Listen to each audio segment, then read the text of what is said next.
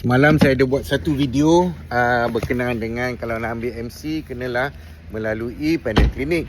Lepas tu adalah yang tanya saya, macam mana kalau panel klinik tutup ataupun terlalu jauh? Okey, sebenarnya soalan ni pun dah dijawab dalam Akta Kerja 1955. Kita buka Akta Kerja 1955. Kita tengok section 60F berkenaan dengan cuti sakit. Dalam ni dia kata memang pekerja dia kena pergi ke klinik yang dilantik dengan sempurna oleh majikan ataupun panel. Tapi dia ada sini, atau jika tiada pengamal perubatan sedemikian yang dilantik, atau tidak boleh didapati dalam masa atau jarak yang munasabah, maka pekerja boleh pergi ke mana-mana pengamal perubatan berdaftar yang lain atau oleh seorang pegawai perubatan.